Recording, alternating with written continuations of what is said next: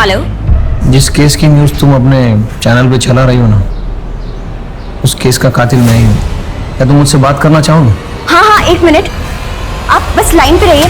मैंने आवाज से 2 बार उसके सर पर वार किया। आवाज सुनकर औरत भी जाग गई और मैंने उसे भी मारा और उसके साथ बलात्कार किया। मैं 3 घंटे तक उस घर में था।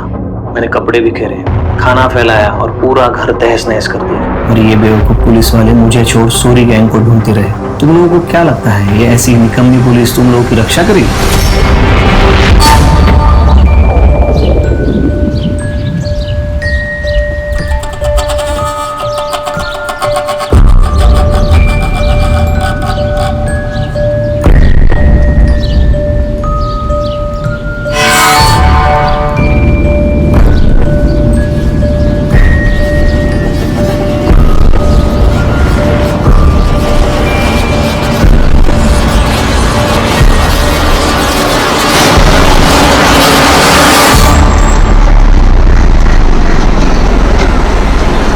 लड़की को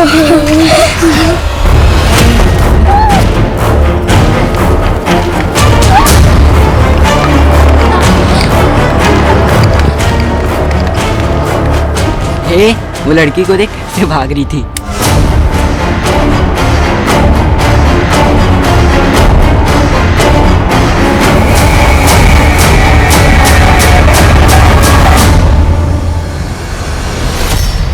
इंसान को जब चोट लगती है तो या तो वो खुद को संभाल कर नैतिकता के रास्ते पर चलता है या फिर वो पतन का रास्ता चुनकर प्रतिघात करता है। बदले की भावना और उस पर अमल करना किसी भी अच्छे नागरिक को अपराधी की श्रेणी में ले आता है। और कितना भी तर्क वितर्क कर ले, अपराध कभी भी सही नहीं हो सकता।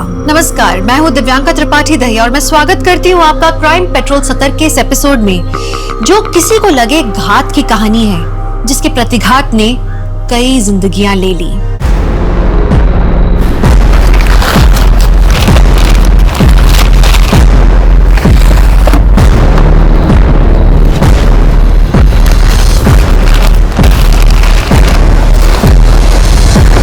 राजू, भैया जी चल।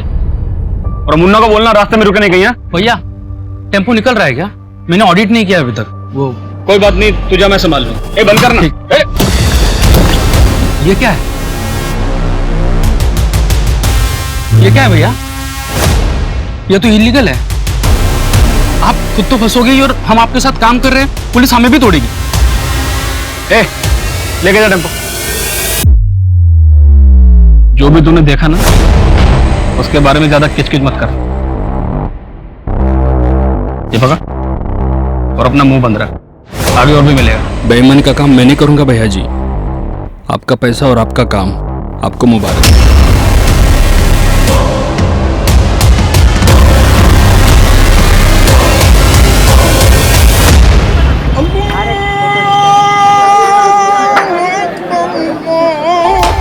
अरे वाह गीता बेटा,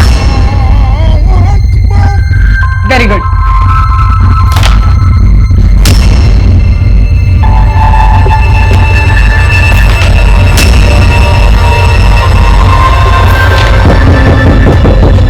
खेलो मैं आती हूँ।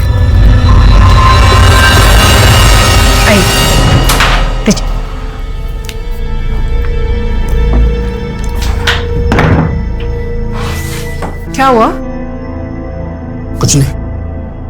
अरे क्या हुआ, बताओगे? अरे वो माधव भैया कट्टे का गैर कानूनी काम करते हैं। मैंने अपनी आंखों से देखा आज।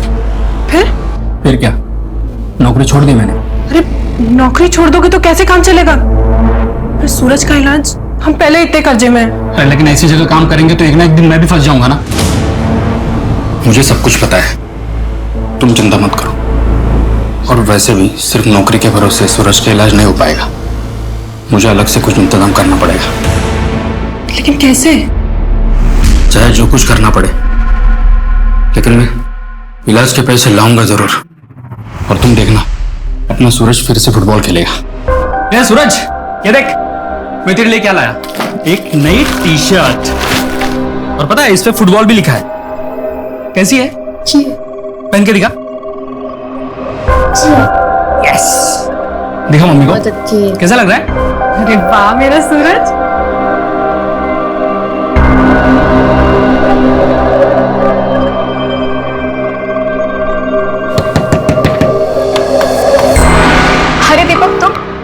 मैं चाय बना रही थी।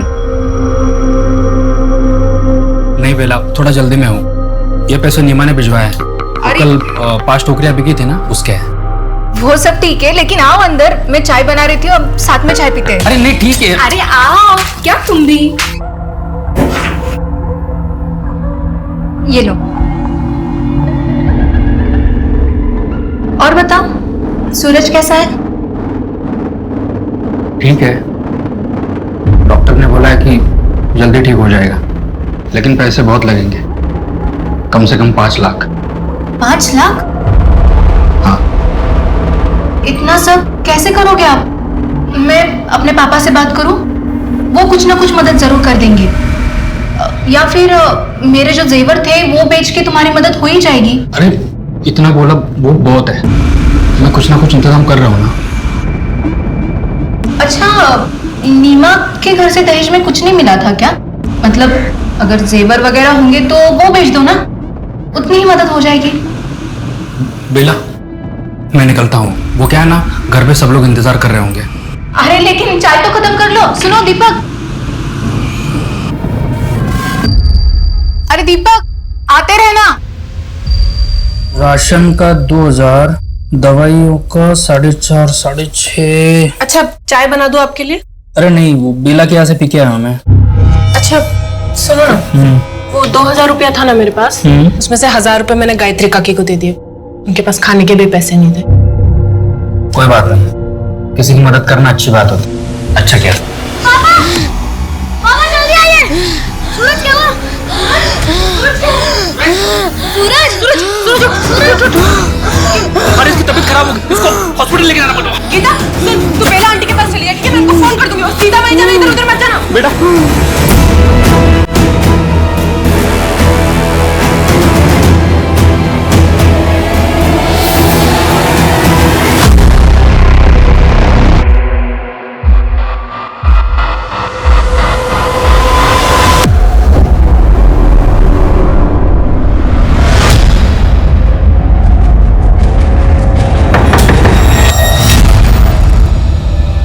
पापा नहीं आए साथ में? वो सूरज को लेके अस्पताल गए हैं। अच्छा, आओ अंदर। खाना खाया तुमने? थोड़ा सा।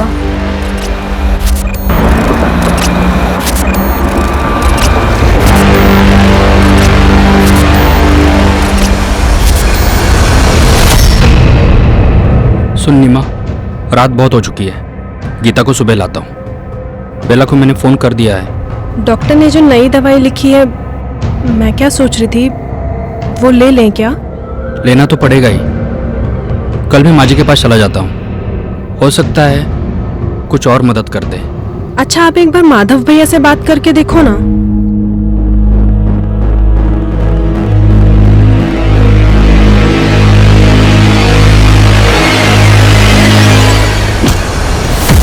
ये कमल, तेरा फेवरेट के घर पे बड़ा कांड हो गया है, पुलिस भी आया है।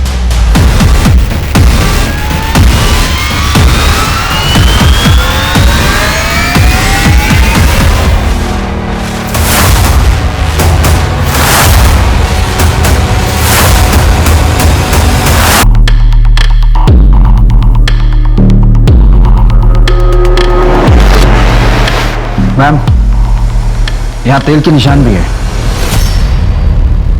और सामान भी बिखरा पड़ा हुआ है। लगता है रॉबरी का मामला है।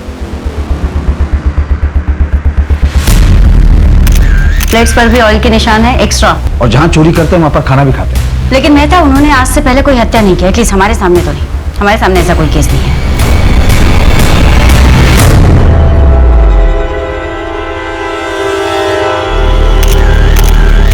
गोल्ड चेन, इसका लॉकेट भी है। अगर इस घर में रॉबरी हुई है तो फिर इतनी भारी गोल्ड की चेन यहाँ कैसे छोड़ सकते हैं?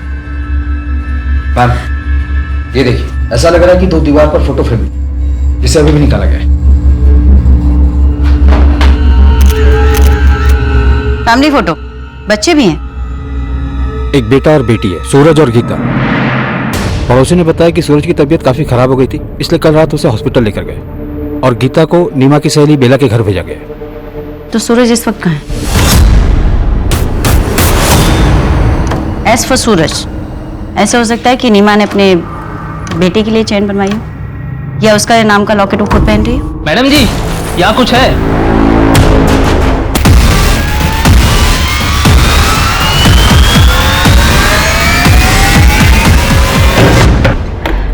गीता कहाँ है? हाँ? गीता कहाँ है? अंदर सो रही है। गीता?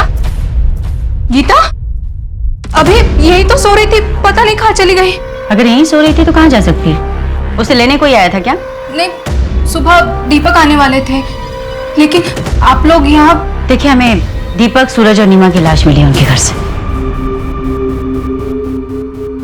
क्या आप बता सकती है कि ये चेन नीमा की है? इतनी बड़ी गोल्ड चेन? नहीं, ये नीमा की नहीं हो सकती। वो इतने अमीर है ही नहीं। सूरज के इलाज के लिए उन्हें 5 लाख जुटाने में बहुत मुश्किल हो रही थी। ये उनकी नहीं हो सकती। बेला जी, एक बात बताइए, अगर गीता यहाँ पर नहीं है तो कहाँ हो सकती है? कहाँ जा सकती है हमें? क्या उसके परिवार की किसी के साथ कोई दुश्मनी थी? नहीं, उनकी किसी से क्या दुश्मनी हो सकती है? नहीं। हाँ, लेकिन एक लंबा चौड़ा पठान कई दिनों से दीपक को ढूंढ जरूर रहा था। कुछ और? नहीं। अगर कुछ याद आए तो प्लीज फोन कर देना।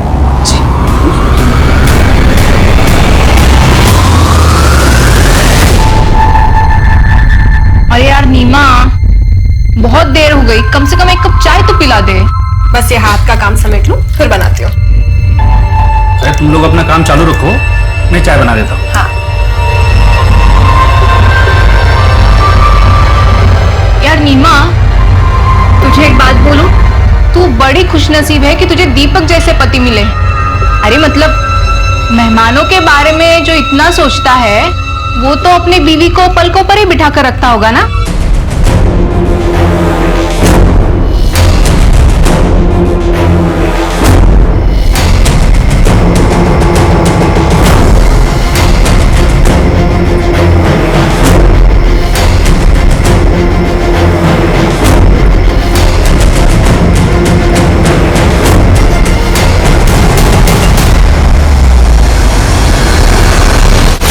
क्या पूरी फैमिली मर गई? ठीक है, तो तुम अभी इतना बौखलाओ मत। मर्डर हुआ है तो पुलिस तो आएगी ही ना। ऐसा करो, तुम अंडरग्राउंड हो जाओ और तब तक इस शहर में मत आना जब तक हम ना बुलाएं। किसी काम की नहीं है मुस्तंदे, पैसा डुबा के ही मानेंगे। मैम, लोकल ज्वेलर से पता चला है कि वो केरला का डिजाइन। केरला पुलिस को फोटो भी भेज दी है।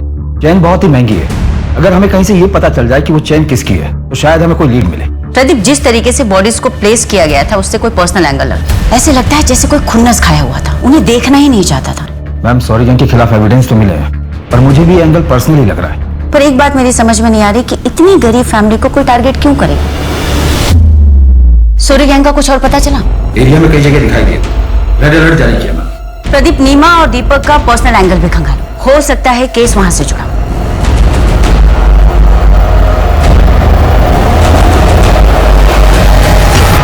नीमा, मेरी बात सुनना। मैं तू क्यों अपनी जिंदगी खराब करने पर तुली हुई है? अपने निकम्मे पति और बच्चे की बीमारी के बोझ तले अपनी जवानी मत गला नीमा। अरे छोड़ ये सब झमेला और भाग चल मेरे साथ। मैं तुझे कोई तकलीफ नहीं होने। हिम्मत भी कैसे हुई मुझे ये सब बोलने की? ना तो मेरा पति निकम्मा है और ना ही मेरा बेटा मुझ पर बोझ है। वो जगह तू अपनी फैमिली पे, समझा ना? मेरे पति और मेरे बेटे से मैं बहुत प्यार करती हूँ। दोबारा से मुझे ये सब बातें बोली ना तो पुलिस में शिकायत कर दूंगी तेरी, और मोहल्ले में भी जीना दुश्वार कर दूंगी तेरा मैं।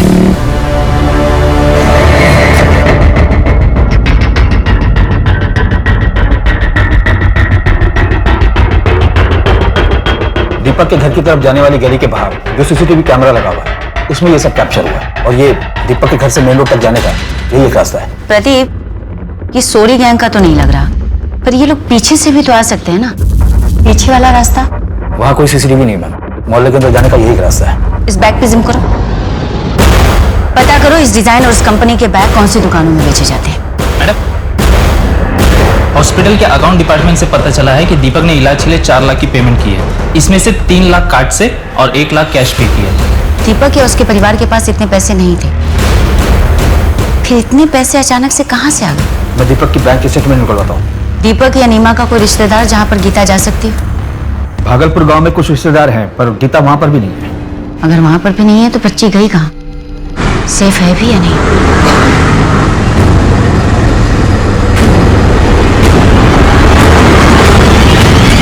मैंने दीपक के बैंक स्टेटमेंट को चेक किया, उससे क्लियर पता चलता है कि उसने हॉस्पिटल को 3 लाख रुपए कार्ड से पे किए थे और ये पैसे किसी वैष्णवी ने उसके अकाउंट में ट्रांसफर किए थे। वैष्णवी? कौन है ये वैष्णवी?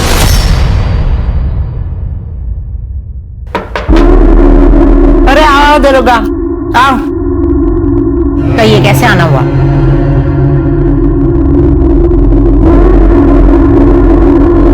आपने दीपक को 3 लाख रुपए दिए थे। अब क्या करूं दरोगा बाबू, भलाई का काम ही नसीब में आया है।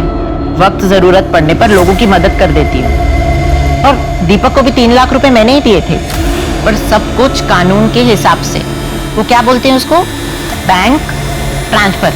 और जब वो पैसे नहीं लौटा पाया तो आपने वसूली के लिए किसी को भेजा था? आफ्ताब को भेजा था। और आपके उस आफ्ताब ने एग्जाम्पल सेट करने के चक्कर में उसको और उसके पूरे परिवार को ही मार दिया। दरोगा बाबू, अगर हम ऐसे ही लोगों को मारने लगे तो लोग हमसे पैसे क्यों लेंगे?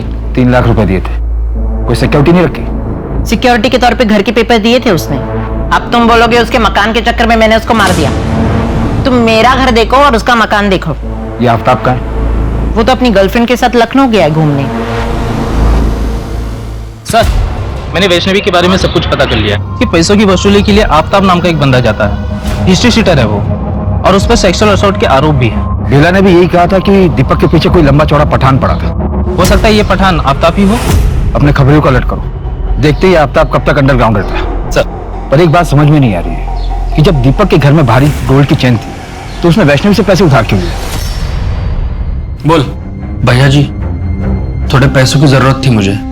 हर महीने पगार से काट लीजिएगा, और आप बोलोगे तो मैं ओवर टाइम भी कर लूंगा। हम बोल कितने चाहिए?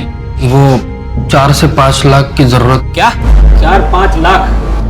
भाई दिमाग ठीक है तेरा? 10-20 हजार की बात होती तो मैं सोचता भी। तू भी बोल रहा है 4-5 लाख? चल जा अपना काम कर। 4-5 लाख? नहीं नहीं, तू चीटर है। मैंने चीटिंग नहीं की है सूरज। अरे मेरी रानी यही नहीं गई है। चीटिंग कर रही है, तू चीटर। क्यों शोर पापा ने मचा? तू पहले तू चीटर है। सुनो मेरी बात। अरे चुप रहो। अब मैं तुमको सिखाऊंगा बिना चीटिंग के कैसे जीतते हैं। नीमा आओ बैठो। ये स्ट्राइकर है। इस ब्रूटल मर्डर केस में तकलीफों से गुजरता लेकिन हंसता खेलता परिवार उजड़ गया था और इस अपराध को अंजाम देने वाले का कोई सुराग तक नहीं मिल रहा था। फिलहाल उस इलाके में लूटपाट करने वाला सोरी गैंग पुलिस के शक के घेरे में सबसे ऊपर था, लेकिन मुश्किल बात यह थी कि ये सिर्फ रॉबरी का केस नहीं था। दूसरी तरफ सूद पर पैसा देने वाली वैष्णवी थी, जिससे दीपक ने अपने बेटे के इलाज के लिए उधार में पैसे लिए थे और वो उसे लौटा नहीं पा रहा था। लेकिन क्या इन्हीं में से किसी ने इस हत्याकांड को अंजाम दिया था, या फिर कोई ऐसा भी था जो अभी तक पुलिस के शक से बाहर था?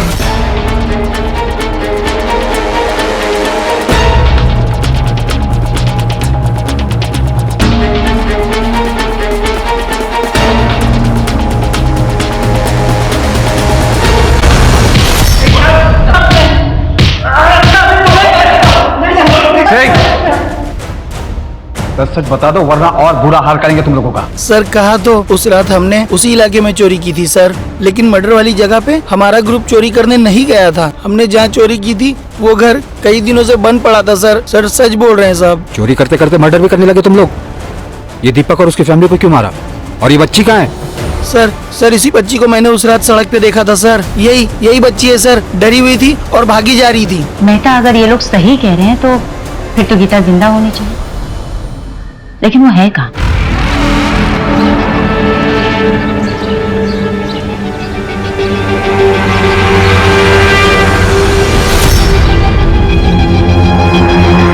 अकेले हो यहाँ?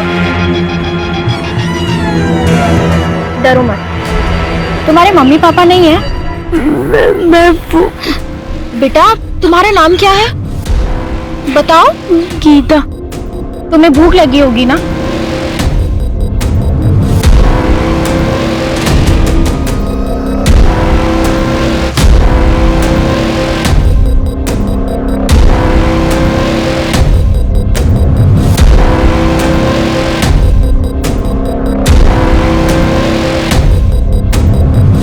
बच्ची को जानते हो आप? अरे ये तो वही है ना, दूसरे वाली गली में रहती है। सुना है इसकी माँ का मोहल्ले में किसी लड़के के साथ लफड़ा था। किसके साथ? वो तो नहीं पता।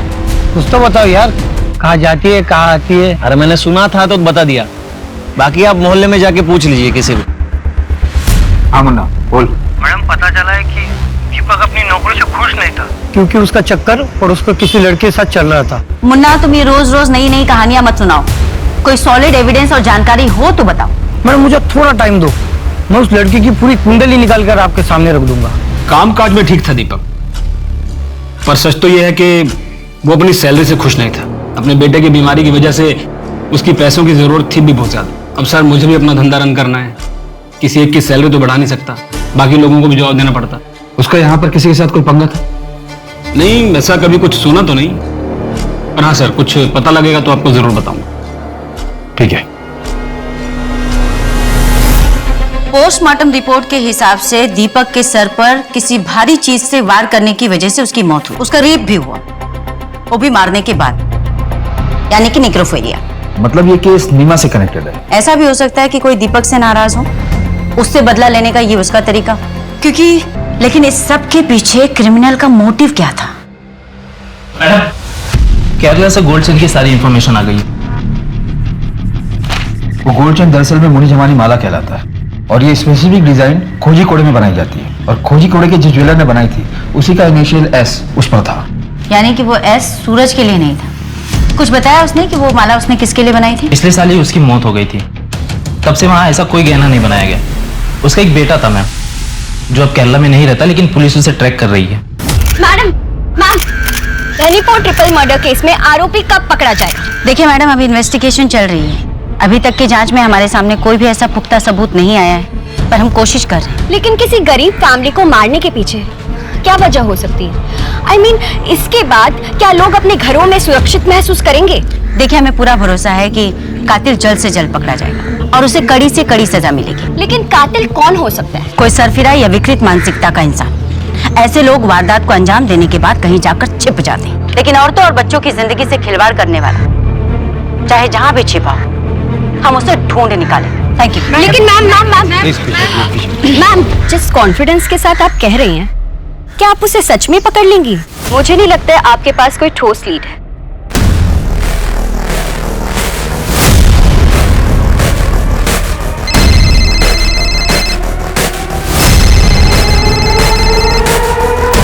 हेलो, जिस केस की न्यूज तुम अपने चैनल पे चला रही हो ना, उस केस का कातिल नहीं हो। क्या तुम मुझसे बात करना चाहोगी? हाँ, एक मिनट, आप बस लाइन पे रहिए। पहले कभी ना दिखाए जाने वाली न्यूज, आज की सबसे बड़ी खबर हम आपके सामने लेकर आए हैं। एक ऐसे अपराध की घटना जिसके बारे में देखना सुनना तो दूर, उसके बारे में कभी किसी ने सोचा भी नहीं होगा।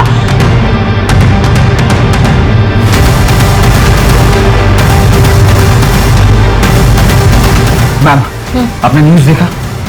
नहीं, क्यों, क्या हुआ? मैंने वास से 2 बार उसके सर पर वार किया। वही वास जो उनके घर को बहुत खूबसूरत बना रहा था। खाना फैलाया और पूरा घर तहस नहस कर दिया। और ये बेवकूफ पुलिस वाले मुझे छोड़ सूरी गैंग को ढूंढते रहे, जबकि मैं खुला घूम रहा था। तुम लोगों को क्या लगता है ये ऐसी निकम्मी पुलिस तुम लोगों की रक्षा करेगी? आपका नाम क्या है? नाम में क्या रखा है, मैं आप लोगों को बता रहा हूँ, ये निकम्मे पुलिस वाले मुझे कभी नहीं पकड़ पाएंगे, क्योंकि वो मुझ तक कभी पहुंच ही नहीं सकते।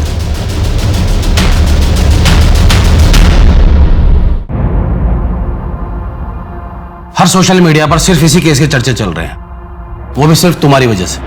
तुम्हें पता है इस केस को लेकर मुझ पर कितना प्रेशर है? आधी रात को उठकर आना पड़ा है मुझे यहाँ। इस तरह से सोल्व करेंगे आप इस केस को? मिस गायत्री, 1 हफ्ते का टाइम है आपके पास, वरना अपने ट्रांसफर की तैयारी कर लीजिए। ओके, आपको वो वीडियो कहाँ से मिला पूजा जी? वीडियो? वो तो मुझे एक रिलायबल सोर्स से मिला था। अगर उस वीडियो के फुटेजेस में कोई भी छेड़छाड़ या टेम्परिंग की गई होगी तो उस कातिल के पकड़े जाने के बाद में आप भी नहीं बचेंगे। हमारे इन्वेस्टिगेशन में बाधा डालने के जुर्म में मैं आपको भी बिहाइंड द बार कर दूंगी। मुझे नहीं पता कि वो वीडियो ऑथेंटिक है या नहीं। मैंने तो बस, मुझे अपने घर के बाहर एक सीडी मिली थी और फिर मुझे किसी का कॉल आया था। आपके सेंसलेस जर्नलिज्म के कारण लोगों में कितनी दहशत भर गई है उस हत्याकांड को लेकर। लेकिन आप लोग सिर्फ और सिर्फ अपने टीआरपी के बारे में सोचो। मेहता, सीडी इन से लेकर टेक्निकल टीम को भेज। वो सर, डैड सिर्फ अपने रॉयल और स्पेशल कस्टमर्स के लिए ऑर्डर पर ज्वेलरी बनाते। क्या ये चेन आपके यहाँ बनाई गई थी? सीरियल नंबर बताइए ना सर। जहाँ पे एस मार्क होगा ना सर, उसके नीचे देखिए ना। हाँ, R19/431। ओके सर, एक मिनट। ये चेन ना अलीगढ़ से शाजिया फरहान के ऑर्डर पे बनाई गई थी। रिकॉर्ड में पूरा एड्रेस और नंबर है, मैं आपको मैसेज करता हूँ सर। क्या ये चैन शाजिया की है? ये चेन तो शाजिया का ही है, पर आपको कहाँ से मिला? शाजिया कहाँ है? शाजिया अब नहीं रही, 15 दिन पहले ही उसकी हार्ट अटैक से मौत हो गई। शाजिया की कोई फोटो है आपके पास?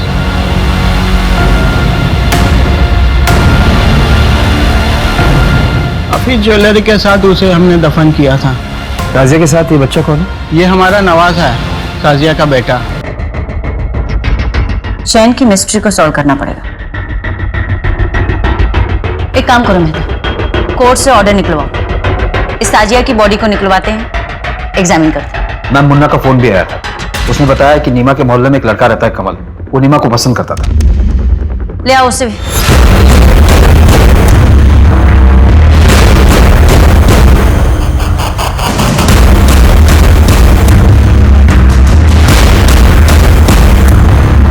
कुछ मिला?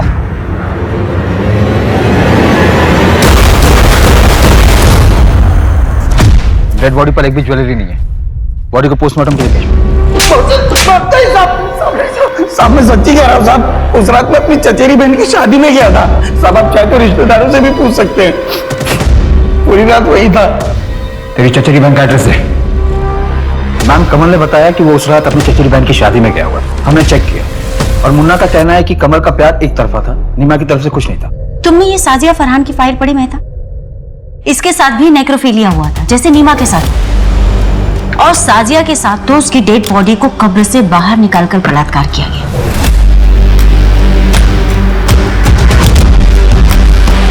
जर्नलिस्ट का क्या? मैम, किलर ने जर्नलिस्ट को जिस नंबर से फोन किया था वो फेक आईडी पर लिया गया था, वहां तो डेड एंड है। मेहता, इन सब के पीछे जो कोई भी है, ये सब कुछ प्लान किया है। वो ऑयल स्टैंड्स का प्लान करना, खाना जानबूझकर छोड़ना, नीमा के अफेयर वाली बात, दीपक के ऑफिस की प्रॉब्लम वाली बात, ये सब कुछ डेड एंड पर जाकर ठहर जाती। इसका मतलब इस केस की इन्वेस्टिगेशन को शुरू से ही गुमराह किया गया। वो क्राइम सीन सिर्फ और सिर्फ हमें मिसलीड करने के लिए क्रिएट किया गया था। क्या सच में इस हत्याकांड की जांच उस शातिर अपराधी के बिछाए जाल में उलझती जा रही थी? इन्वेस्टिगेशन में ये इशारा जरूर मिल रहा था बार बार कि जुर्म करने वाला एक नेक्रोफिलियक है। अपराधी इतना शातिर था कि हर मिला हुआ सुराग अधूरा था। शहर के लोग दहशत में और पुलिस बेबस, बस एक लीड मिलने का इंतजार कर रहे थे सब। पापा आपने फिर से पकड़ लिया। मेरा चुपकल इधर बैठा है, आजा बाहर। चल चल, अब मम्मी को ढूंढते, आजा। मम्मी मम्मी मम्मी कहाँ छुपी है?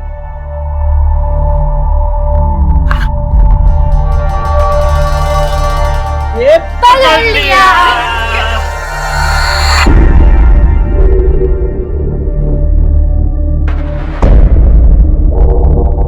जिस दिन शाजिया की मौत हुई थी उस दिन शाजिया के घर पर कोई ज्वेलर आया था। शाजिया ने अपनी सहेली को फोन करके कहा था कि अगर उसको ज्वेलरी देखनी हो तो उसके घर आ जाए, क्योंकि वो ज्वेलर बहुत ही सस्ते दामों में ज्वेलरी बेच रहा था। हालांकि शाजिया की सहेली शाजिया के घर नहीं आई थी और शाम को जब शाजिया के पेरेंट्स घर आए तो उसकी मौत हो चुकी थी।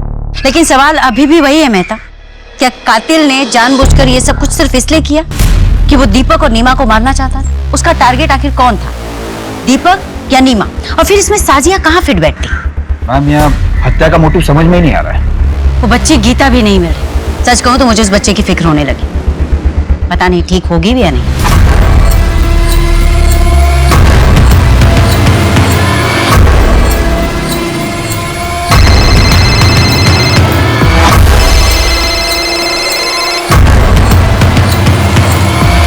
हेलो, ठीक है, मैं निकला।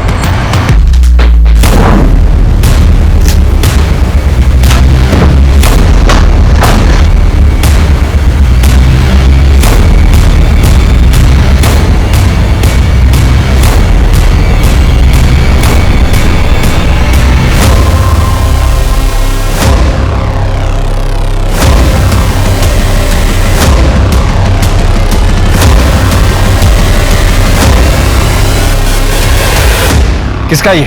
सब ये मेरा नहीं है, वो मैं माधव भैया के लिए डिलीवरी लेने आया था। माधव कौन? माधव पांडे? हाँ वही फर्नीचर वाले माधव। दीपक के काम छोड़ने के बाद तूने शाजिया की लाश कब्र से निकाली और दीपक के घर जाकर क्राइम कर दिया। मैं किसी शाजिया फरहान को नहीं जानता। दीपक और उसकी फैमिली को कैसे मरवाया? सर मैंने ना किसी को मारा ना मरवाया, क्योंकि सर मैं अच्छी तरह जानता था कि दीपक में कंप्लेंट करने की ना तो हिम्मत थी ना टाइम। सर वो तो अपने परिवार में परेशान था। सर मैं एक बिजनेसमैन हूँ, कोई खूनी नहीं हूँ। सब मुझे जाने दो सर। क्या गीता का वहां भी कुछ नहीं पता चला? उस माधव ने कुछ कन्फेस किया? नहीं मैम, कट्टो का इलीगल बिजनेस से यही कन्फेस किया। उसका कहना है कि इस हत्या में उसका कोई हाथ नहीं है। चार्जशीट तैयार करो, इलीगल वेपन और ट्रैफिकिंग के केस में अंदर ही रहो। मैम कमल से भी कुछ निकल नहीं पा रहा है। वो उस रात अपनी चचेरी बहन की शादी में गया था और सुबह 6 बजे निकला था वहां से। जी क्या? ठीक है हम आते हैं। क्या वो? मैम रसूलपुर में एक लड़की मिली है जिसकी डिटेल्स गीता की डिटेल से मैच करती है। आ रही हूँ बाबा। गीता का? कौन गीता? मैडम आप ऐसे अंदर कैसे जा रहे हैं? सही यहाँ ढूंढो। मैं कह रही हूँ ना वहाँ कुछ नहीं है। आप ऐसे कैसे किसी के घर में घुस सकते हैं? मैं बोल रही हूँ ना सर, मैडम मैं बोल रही हूँ ना यहाँ पर कुछ भी नहीं है। कौन कौन रहते हैं यहाँ पे? मैं और मेरा पति। मैडम देखिए आप जाइए यहाँ से। चप्पल तो किसी बच्ची की लगती है। मैंने कहा ना यहाँ कोई बच्ची नहीं है। एक तो आप बिना किसी परमिशन के मेरे घर में घुस आए हैं और ऊपर से मुझसे क्वेश्चन कर रहे हैं। आप जाइए यहाँ से। मैडम वहाँ कुछ नहीं है, सिर्फ कपड़े हैं। हाँ तो देखने दो।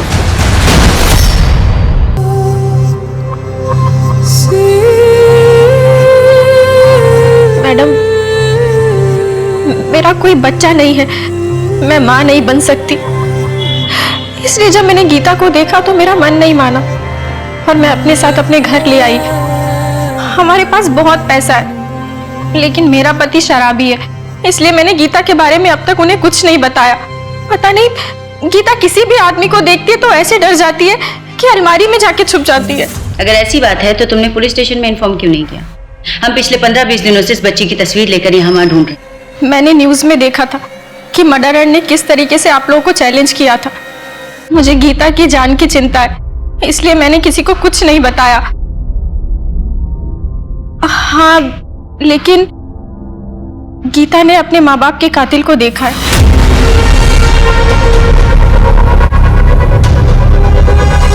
गीता बेटा डरो मत, याद करो और बताओ उस रात क्या हुआ था, क्या देखा था तुमने?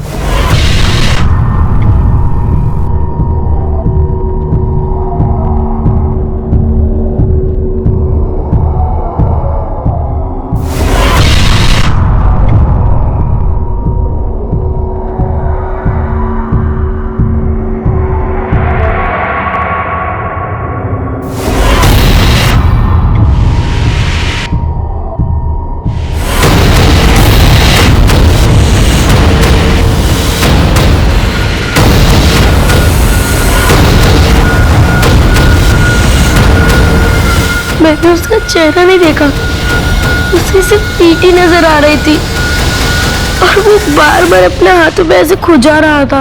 और कुछ चीज, कुछ और देखा हो तुमने? कुछ याद है तुम्हें? हाँ उसने अपने कान में बाली पहनी थी। मुन्ना वो आदमी बार बार खुजली करता था, कान में बाली पहनता था। क्राइम सीन पर उसने ड्रिंक भी किया था, शायद अल्कोहलिक हो। ऐसे किसी भी आदमी के बारे में चारों तरफ पता करो, ढूंढो उसे। ठीक है? अच्छा मुन्ना तुमने एक बार नीमा के अफेयर के बारे में बात बताई पर आगे कोई लीड नहीं दी कि बच्चे को जानते हो आप? देखो भाई लड़के के बारे में कुछ मालूम नहीं मुझे।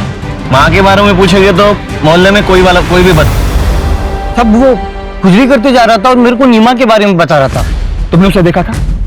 स्केच बनवा सकते हो? हाँ साहब कोशिश करूंगा।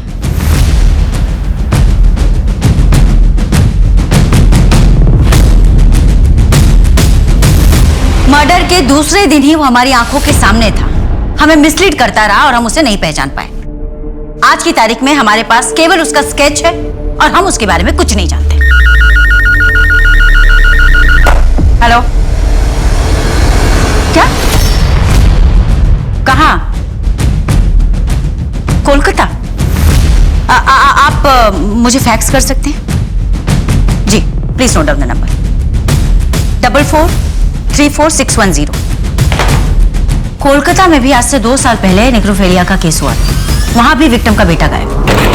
मैडम, कोलकाता पुलिस हेडक्वार्टर से फैक्स आया है। विक्टिम का नाम मौसमी। उसे मारने के 2 दिन बाद तक उसकी डेड बॉडी के साथ बलात्कार किया गया था। उसके बाद उसकी बॉडी एक फैक्ट्री के शेड में बरामद हुई। उसका 12 साल का बेटा था। आखिरी बार वो खुर्जा में देखा गया। इस मामले में भी सस्पेक्ट एक साड़ी बेचने वाला था जो अक्सर मौसमी से मिलने आया करता था, क्योंकि मौसमी को नई डिजाइन की साड़ियों का शौक था और वो उसकी कमजोरी थी। ये वही स्केच वाला है शायद जिसकी शिकार सारी औरतें और उनके बच्चे हुए। लेकिन मैम, ये कोइंसिडेंस भी तो हो सकता है। ये भी तो हो सकता है कि इस बार कोई कोइंसिडेंस ना हो, उसकी मोडिस ऑपरेंडी ही ऐसी हो। वो पहले औरतों की कमजोरी का पता लगाता हो, उसके बाद में उन्हें अपना शिकार बनाता हो। लेकिन नीमा की वीकनेस क्या थी? सूरज और उसके इलाज में लगने वाली महंगी दवाइयां। मेहता, एविडेंस में जो हमने दवाइयां रखी थी, पता करो दवाइयां कहां से लाई गई थी। क्या ये मेडिसिन आपके स्टोर की है? हाँ, मेडिसिन हमारे स्टोर की। क्या तुमने कभी इस आदमी को देखा है? हाँ, शायद ये आदमी हमारे स्टोर पर मेडिसिन लेने आया था। हाँ, याद आया। उसने बताया था कि वो अलीगढ़ हॉस्पिटल में वार्ड बॉय है।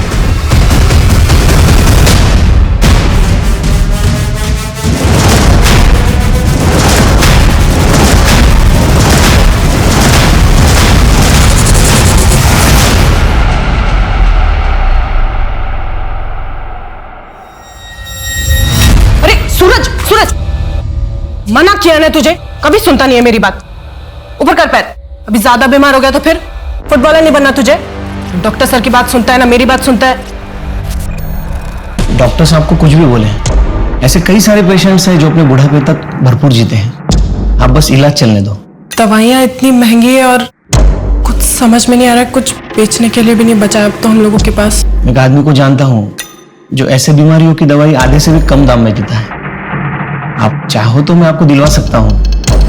हाँ हाँ, आपका बहुत बड़ा एहसान होगा हम लोगों के ऊपर। कल सुबह ही मैं दवाई लेके आता हूँ। अब अपना एड्रेस दीजिए। जी, देती हूँ।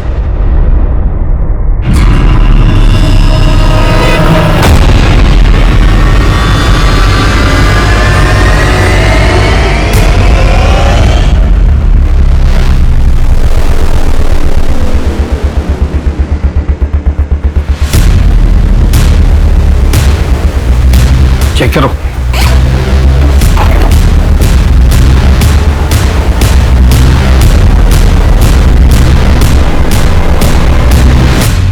ये नीमा और उसकी फैमिली, ये शाजिया और ये शायद मौसमी है। इसने जिस जिसको मारा उनकी निशानी अपने पास रख ली। पता नहीं और कितनों को मारा होगा इसने। गिनते रहिए साहब, बहुत है। किसे ढूंढ रहे थे? मुझे? बहुत ज्यादा वक्त नहीं लग गया आपको मुझे ढूंढने में, जबकि मैंने बहुत सारे सुराग छोड़ दिए। जहां जाता था वहां सुराग छोड़ता था। ऐसा करेंगे तो कैसा चलेगा साहब? नहीं नहीं नहीं नहीं, मारोगे तो कुछ भी नहीं बताऊंगा, ऐसे सब कुछ बता दूंगा। कैमरा में देख के बोलना है या फिर आपको देख के? तू ऑन कैमरा मार खाएगा या ऑफ कैमरा? मैडम, ये मत समझना कि आप लोगों ने मुझे पकड़ा है। मैंने खुद पुलिस को यह चांस दिया कि वो मुझे ढूंढ ले। दरअसल अब मैं भी चाहता हूँ कि पूरी दुनिया को मेरी कहानी पता चलनी चाहिए। उनको पता चलना चाहिए कि मैं कोई शिकारी नहीं बल्कि खुद शिकार हुआ हूँ। मुझ पर भी जुल्म हुए हैं, मैं भी विक्टिम हूँ। इसीलिए तूने एक के बाद एक मर्डर किया, उन लोगों का भी जिनका कोई कसूर नहीं। क्या बिगाड़ा था उन लोगों ने? आपके बाल भी सीधे हैं क्या? हाँ, मैं भी सीधी और मेरे बाल भी, पर जलेबी की तरह। तू ये बता कि सूरज और नीमा ने तेरा क्या बिगाड़ा? मैंने तो उसकी मदद करी है। कैसे डांट रही थी उसे?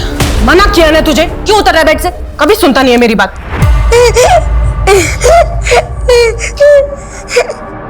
बेटा क्या हुआ? रो क्यों रहा है? ऐसा कर, जी भर के रो ले। रोने से ना जी हल्का हो जाएगा। वैसे भी रोने से कोई नामर्द थोड़ी हो जाता है। और तू तो मेरी बहादुर लगती है ना? बाबू, लड़के जैसे रहना अच्छा नहीं लगता। तू एक लड़की है। नहीं माँ, मैं एक लड़का हूँ और रोज ऐसे लड़कियों की तरह सजूंगा नहीं। तू लड़की है और लड़की की तरह ही रहेगा। बहुत सुन ली तेरी कहानी, अब ये बता कि ये सब तूने क्यों किया? कोई अपने बच्चों को डांटे, उन पर अपना हक जमाए, उनको तकलीफ दे, मुझसे बर्दाश्त नहीं होता। और मैडम, ये सभी औरतें वही कर रही थी जो मेरी माँ के बालों में से आती थी। मुझे जितना तुझ पर गुस्सा आ रहा है ना, उससे कहीं ज्यादा तरस आ रहा है। जिस माँ की जातियों और परवरिश की तू बात कर रहा है ना, तू बिल्कुल उसके जैसा बन गया। मैं कोर्ट से रिक्वेस्ट करूंगी कि तुझे ऐसी कड़ी से कड़ी सजा मिले ना कि दूसरा कोई तुझ जैसा ना बने। नवीन पूरी दुनिया को ये बताना चाहता था कि उसके साथ कितना अन्याय हुआ था। उसे ये लगता था कि वो शिकारी नहीं, वो खुद शिकार है। जबकि सच्चाई ये है कि एक मानसिक आघात ने उसे नेक्रोफिलियाक बना दिया था। उसने जो किया था वो कोई मामूली अपराध नहीं था। महिलाओं के प्रति भारी नफरत ने उसे अंधा बना दिया था और प्रतिघात में वो मासूम औरतों पर हमला करता था। अपने ऊपर हुए घात से उबरकर सही दिशा में बढ़ना ही इंसानियत है।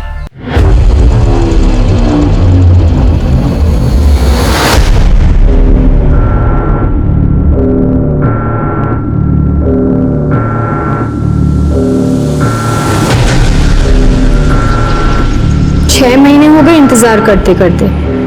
आज सीधे सीधे बता भी दो, कब कर रहे हो हमसे शादी? अरे हम प्रॉमिस करते हैं, जैसे ही हमारा तलाक हो जाएगा ना, बस हम पूरी तरह तुम्हारे हैं।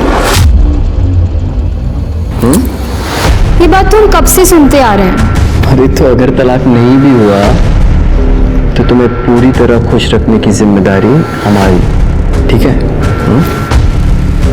नहीं भी हुआ मतलब? तुम हमारे साथ सिर्फ मजे करना चाहते हो? स्वीटी, मजे करेंगे, करो मजे, बदतमीज। स्वीटी,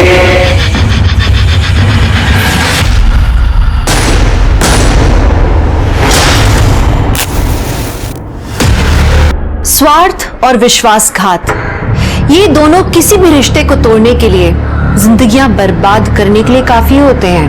किसी का चेहरा देखकर उसकी नीयत का पता नहीं लगाया जा सकता। कभी कभी एक बड़ा सीधा साधा सा दिखने वाला इंसान भी भयानक वारदातों को अंजाम दे सकता है। ऐसी वारदातें जिनकी हम कल्पना भी नहीं कर सकते। आज की कहानी ऐसे ही दगाबाजों और उनकी चपेट में आई मासूम जिंदगियों की है।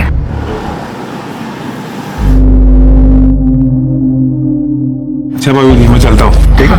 ठीक।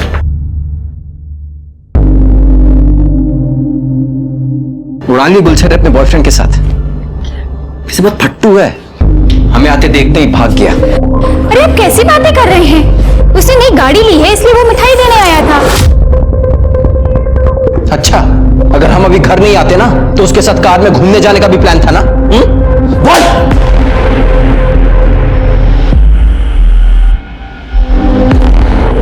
पिंकी बेटा तुम अंदर जाओ।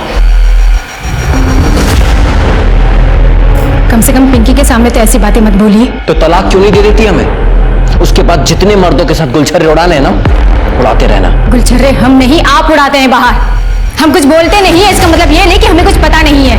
और रही बात तलाक की, भूल जाइए उसे आप। और आपको तलाक देकर हम अपनी पिंकी की जिंदगी खराब नहीं कर सकते। और अगर आपको तलाक चाहिए तो ये घर और गांव की प्रॉपर्टी मेरे और पिंकी के नाम आप कर दीजिए।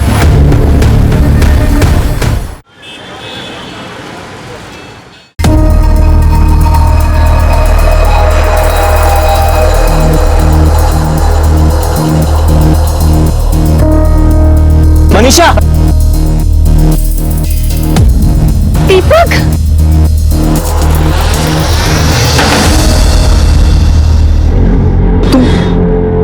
तुम यहाँ कैसे? पूरे 11 साल बाद मिल रही हो तुम्हारी शादी के बाद।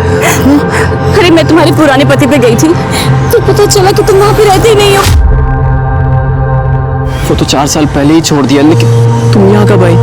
पिछले साल मेरे पति की एक एक्सीडेंट में डेथ हो गई, फिर माँ बाप के पास आ गई। अब वो भी नहीं रहे तो भाई रवि है मेरा सहारा है। बच्चे तो कभी हुए ही नहीं। जो तुम्हारा जैसा प्यार अपने पति को कर ही नहीं पाई दीपक, और ना वो मुझे। खैर छोड़ो, तुम बताओ तुम्हारी बीवी और बच्चे कैसे हैं? मेरी बीवी, उसका होना ना होना सब बराबर ही है। जगह जगह मुंह मारती फिरती है। अब लगता है माँ बाप के आगे जिद कर ली होती तो मैं तुम्हारी बीवी होती दीपक। पर अब तो तुम्हारे माँ बाप भी नहीं है बीच में आने के लिए। हम लोग वापस से एक हो सकते हैं मनीषा। 11 साल पहले जो खुशियां हम एक दूसरे को देते थे वो आज भी दे सकते हैं।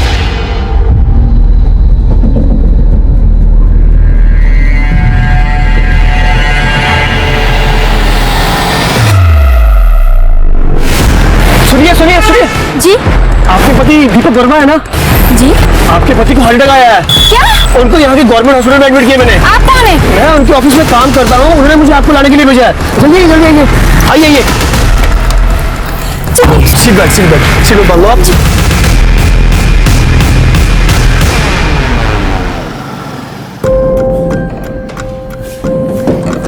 पापा माँ कहाँ है? वो कब आएंगी? कब गई थी? दोपहर में।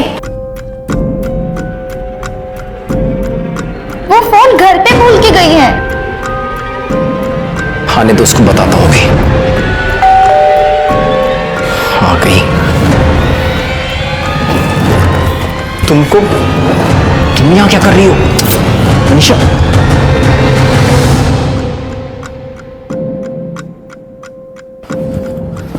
बेटा आप अंदर जाके पढ़ाई करो। हाँ हम बुलाते हैं।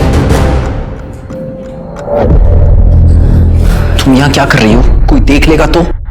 देख लेने दो, मुझे किसी का डर नहीं। मनीषा अरे मिठाई तो लाओ। तुम ना मुंह मीठा करो। पर ये कौन है? पहचाना नहीं? ये मेरा भाई है रवि। 11 साल पहले मिले थे तो छोटा सा था और हमारी मदद करने लायक नहीं था, लेकिन अब इसने हमारी मदद कर दी है। तुम्हारी बीवी को हमारे रास्ते से हटा दिया दीपक। सर पता नहीं हमारी बीवी राधा कहाँ चली गई। सर कौन ढूंढने की कोशिश करी पर कहीं नहीं मिले। सर प्लीज कुछ कीजिए सर, हमें समझ में नहीं आ रहा हम क्या करें। तुम निराश मत हो, तुम्हारी बीवी को ढूंढने की कोशिश करेंगे। यादव जी सर। इनकी मिसिंग कंप्लेन लो और कार्रवाई शुरू करो। आइए। Thank you sir. Hello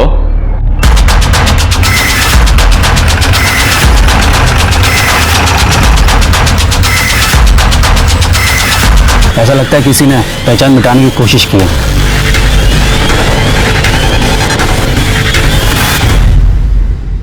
sir ये सैंडल मिला है। कुछ मिला? सर अभी तक कुछ ऐसा नहीं मिला जिससे बॉडी की शिनाख्त हो सके। कितनी मिसिंग कंप्लेन है? सर तकरीबन 20 से 22 होंगे। बॉडी को पोस्टमार्टम के लिए भेजो और जितनी भी मिसिंग कंप्लेन है सबको शिनाख्त के लिए बुलाओ। Okay sir. मनीषा अपना खोया हुआ प्यार हर हालत में पाना चाहती थी, इसलिए उसने एक हत्या की साजिश रची। वहीं दीपक जब उसे अपनी पत्नी की हत्या के बारे में पता लगा तो पुलिस के पास जाने के बजाय उसने मनीषा का साथ दिया। दीपक और मनीषा ने स्वार्थ में सारी हदें पार कर दी थी, लेकिन इसमें राधा का क्या दोष था? और पिंकी, वो छोटी सी बच्ची, इतनी छोटी सी उम्र में उसके सर से उसकी माँ का साया छिन गया। लेकिन ये कहानी यहीं खत्म नहीं होती। इस कहानी में एक नया मोड़ आना अभी बाकी था।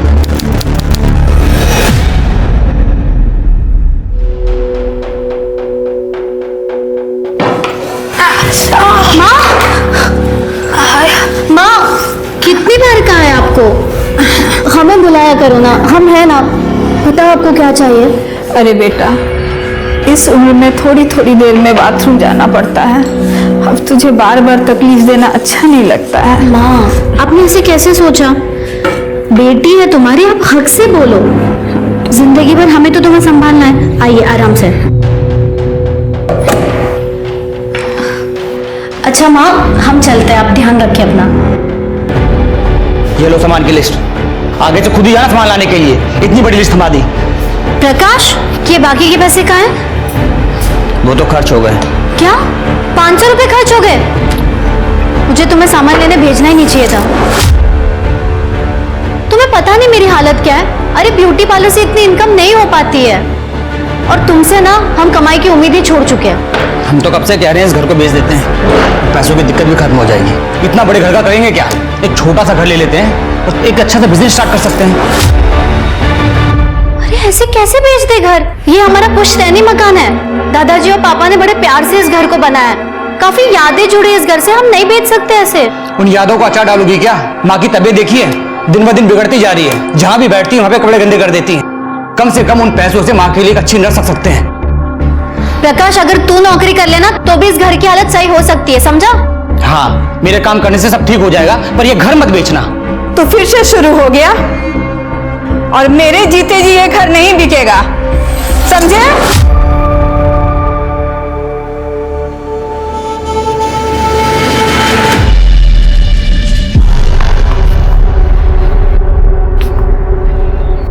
अरे राजू,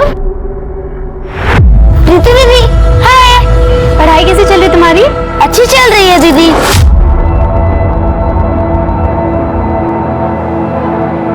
ये लो तुम्हारी चॉकलेट। थैंक यू दीदी। ए, क्या कर रहा है उधर? स्कूल नहीं जाना? चल अंदर जा, तो जाके तैयारी कर। है क्या हाथ? क्या ये? चॉकलेट। कितनी बार कहा है अजनबी लोगों से कुछ मत लिया कर। समझ में नहीं आती बात एक बार में? चल अंदर।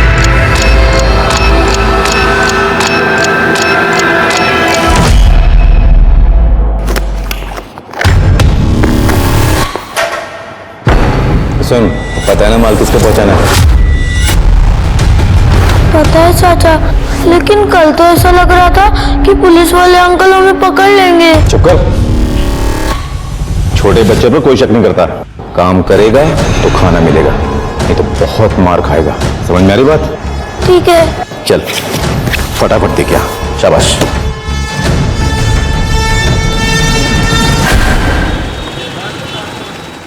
खाओ बेटा। अरे प्रीति, आओ बेटा आओ, तुम्हारी राह देख रहे थे। नमस्ते बुआ जी। नमस्ते बेटा। नमस्ते फूफा जी। खुश हो बेटा। हाय विनोद भैया।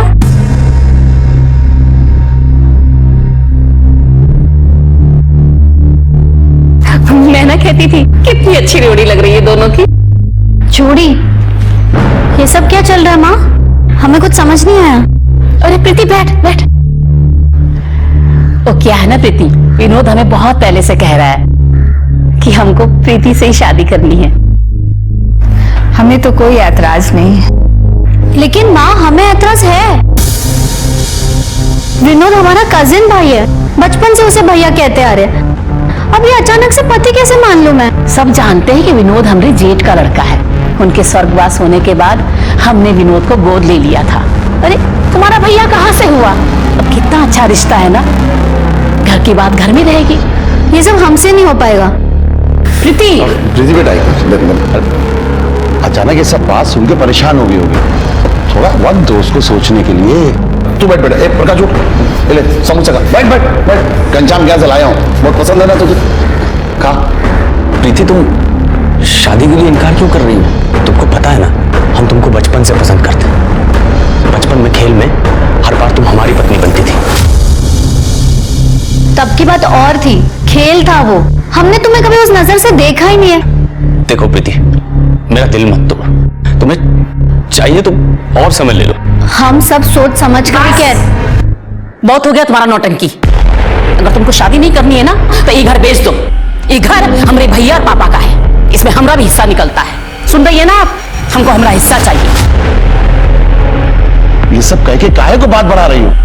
देखो कितने परेशान हो गए तुम। दिमाग थोड़ा शांत रखा करो, सब ठीक हो जाएगा। अब प्रीति को भी थोड़ा वक्त दो सोचने के लिए। जल्दी क्या है? अब खाओ बेटा, तुम समोसा खाओ। लो लो, अरे खाओ बेटा।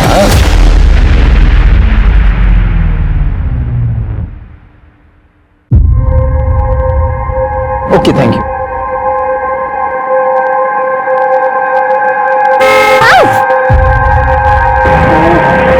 I am sorry. आपको चोट तो नहीं लगी ना? नहीं नहीं, मैं ठीक हूँ, कोई बात ये नहीं। श्योर ना? हाँ मैं ठीक हूँ। अच्छा सुनिए, मेरा एक बिजनेस है, I mean MK adult diaper की जो एजेंसी है ना, वो मेरे पास ही है। उसी की मैं डिलीवरी करने आया था यहाँ पे। अगर आपकी पहचान में कोई एडल्ट हो जिनको इस तरह की कोई ज़रूरत हो तो प्लीज़ बताइएगा। वो हमारी माँ बीमार रहती है, तो क्या आपका प्रोडक्ट उनको काम आएगा? बिल्कुल आएगा, और सबसे अच्छी बात तो ये बहुत ही रीजनेबल है और कंफर्टेबल भी। ये बुजुर्गों को ध्यान में रखकर ही इसे बनाया गया है। वेट वेट वेट, ये लीजिए।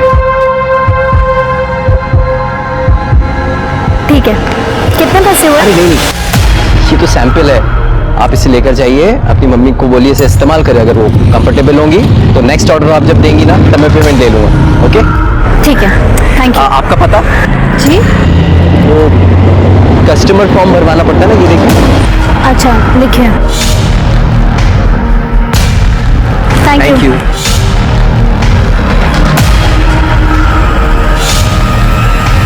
ये हमारा मतलब आ जाता है। छोड़ इसे, इस पे ना दोबारा हाथ मत उठाना, वरना ना पुलिस को बुलाऊंगी। पता है ना, बच्चों के साथ मारपीट करना गैर कानूनी है।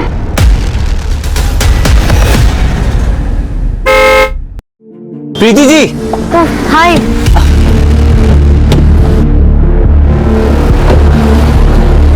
कैसी हैं आप? मैं बिल्कुल ठीक हूँ। और आंटी जी की तबीयत? माँ भी ठीक है। और हाँ, वो डायपर्स की वजह से काफी सुकून है उनको। Thank God. वो मैं यहाँ पे खाने के लिए आया था। यहाँ बहुत अच्छा पूरी भाजी का स्टॉल है, बहुत फेमस है। आप खाएंगी मेरे साथ? नहीं थैंक यू। क्या नहीं, आइए ना प्लीज, बैठिए। चलते, अरे प्लीज प्लीज चलिए ना, वैसे भी अकेले खाने का मन नहीं होता है। Please please. खाना तुमको अच्छा नहीं लग रहा है क्या? नहीं, काफी अच्छा है। और तुम्हारी फैमिली में कौन कौन है? माँ है और भाई है बस। पापा कुछ साल पहले गुजर गए थे। और आपकी फैमिली में कौन कौन है? मेरी जिंदगी में बताने लायक ऐसा कुछ है नहीं। माँ बाप बचपन में ही गुजर गए थे। और बीवी बच्चे? मैं तो खुद अभी बच्चा हूँ। वैसे कोई लड़की मिली ही नहीं आज तक, लेकिन हाँ, जिस दिन मिलेगी ना उस दिन डायरेक्ट शादी ही करूँगा। प्रीति? विनोद? कौन? विनोद? विनोद? अरे निकल रहा हूँ ना, एक मिनट। विनोद? क्या हुआ? क्या तू हुआ? क्या करता है सीधा? हमारी होने वाली बीवी है, समझ गए? विनोद जी, क्या बदतमीजी है। ये सेल्समैन है। हमने माँ के लिए डायपर भी इनसे लिए थे। हम जानते हैं इन्हें, मिल गए थे तो पूरी भाजी खाने आए थे बस। पूरी भाजी?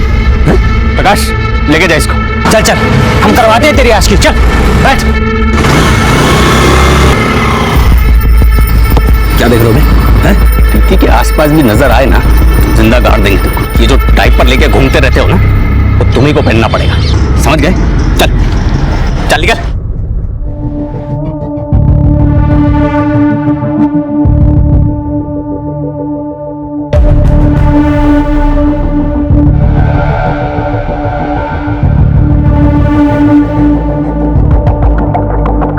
वो ब्यूटी पार्लर के बाहर इंतजार करने के बजाय तुम्हें फोन करें तो चलेगा ना?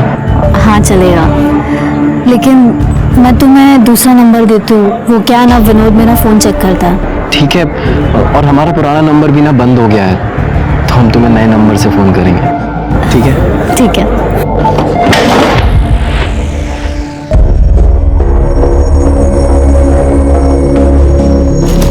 भैया दिन में ये सप्लाई का काम और रात को चौकीदारी, दो काम करके दिमाग भर आ गया है। और क्या करें, परिवार के लिए सब करना पड़ता है। चंदन फोन दे जरा अपना। क्या बात, नई लौड़िया पटाई होगा? भैया मौज तो आप ही ले रहे हैं, आज ये कल वो परसों कोई और हैं? हाँ, वो हम मनोहर लॉज जा रहे थे क्लाइंट से मिलने के लिए। अगर तुम फ्री हो तो वहीं आ जाओ, वहीं से फिर घूमने चलेंगे।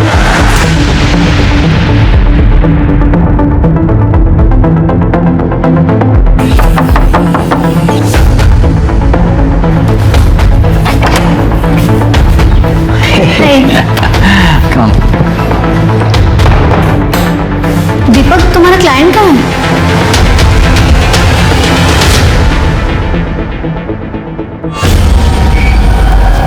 शरबत बोला था, पानी नहीं। एक काम तुझसे ठीक से नहीं होता है। आंटी, वो शरबत खत्म हो गया था। चलो पैर दबाओ अब। आंटी, मैं बहुत थक गई हूँ और मुझे भी स्कूल का होमवर्क भी करना है। कामचोर कहीं की। स्कूल का होमवर्क नहीं करना है। पढ़ लिख कर लाट साहब बनेगी क्या? चुपचाप पैर दबा, वरना तेरा ना स्कूल जाना बंद कर दूंगी। दबा। क्या हुआ? पापा, आंटी मुझसे बहुत काम करवाती है, मुझे होमवर्क भी नहीं करने देती। बेटा वो तुम्हारी माँ है, माँ की तो सेवा करनी चाहिए ना। चलो जाओ अभी अंदर जाओ और आगे से ना इन सब बातों के लिए मुझे परेशान मत करना, ठीक है? चलो जाओ। आज भी खाना बाहर से खाकर आए हो दीपक? अरे आज भी ज्यादा काम था इसलिए बाहर ही खा लिया। दीपक, जब से मैं प्रेग्नेंट हुई हूँ तुम मुझे अच्छी तरह देखते भी नहीं हो। तुम्हारा कहीं बाहर चक्कर तो नहीं चल रहा है ना? कितना शक करती हो तुम? हम अभी भी सिर्फ तुमसे प्यार करते हैं और अगर सबूत चाहिए तो चलो अंदर। अरे इस हालत में नहीं दीपक, डॉक्टर ने मना किया है। तुम्हारे ना यही नखरे पसंद नहीं है मुझे। दीपक!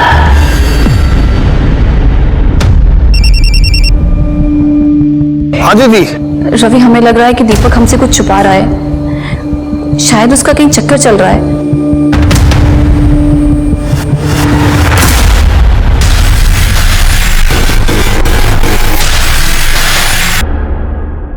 सर हमारी बहन प्रीति कल शाम से घर नहीं आई है। उसके ब्यूटी पार्लर से पता चला है कि वो कल 6 बजे वहां से निकल चुकी थी। तो तुमने उसकी मिसिंग कंप्लेंट कल शाम को क्यों नहीं लिखाई? पुलिस 24 घंटे से पहले मिसिंग कंप्लेंट लिखती कहाँ है? प्रीति रोज कितने बजे घर आती है? वैसे तो सर वो 8 बजे तक आ जाती थी, लेकिन अभी कुछ दिनों से थोड़ा सा लेट आ रही थी। क्यों? शायद उसका किसी के साथ अफेयर चल रहा था। किसके साथ? पता नहीं सर, मैंने कभी पूछा नहीं। शर्मा, प्रीति की डिटेल्स इनसे ले लो। सर, तुम्हें किसी पे शक है? प्रीति का किसी से कोई झगड़ा या अनबन थी? विनोद कहने के लिए हमारा कजन है, वो प्रीति से शादी करना चाहता है, पर प्रीति उसे शादी नहीं करना चाहती है। विनोद, हम तो प्रीति से 2 दिन पहले मिले थे, हमको क्या पता वो कहाँ है। हमने सुना है तो प्रीति को बहुत परेशान करता है, बहुत चिल्लाता है उस पर। सर प्रीति को तो हम अपने घर की बहू बनाना चाहते हैं, हमें भी उसकी फिक्र है, और आप हम ही से सवाल पूछ रहे हैं। अब प्रीति की माँ अनुराधा का फोन भी आया था, वो बहुत परेशान है। आप प्रीति को ढूंढिए, बड़ी मेहरबानी होगी आपकी। सर प्रीति की मोबाइल रिकॉर्ड्स, उसके मोबाइल की लास्ट लोकेशन संगटा जंगल के आसपास की है, जिसके बाद उसका फोन स्विच ऑफ हो गया। सर कॉल रिकॉर्ड्स में भी कुछ सस्पिशियस नहीं मिला है, ना कोई लेट नाइट कॉल्स, ना कोई ऐसे कॉल जिसपे बहुत देर तक बातें हुई। सभी कॉल्स या तो काम से रिलेटेड थी या तो फैमिली के साथ। सर संगठा जंगल में एक लाश मिली है।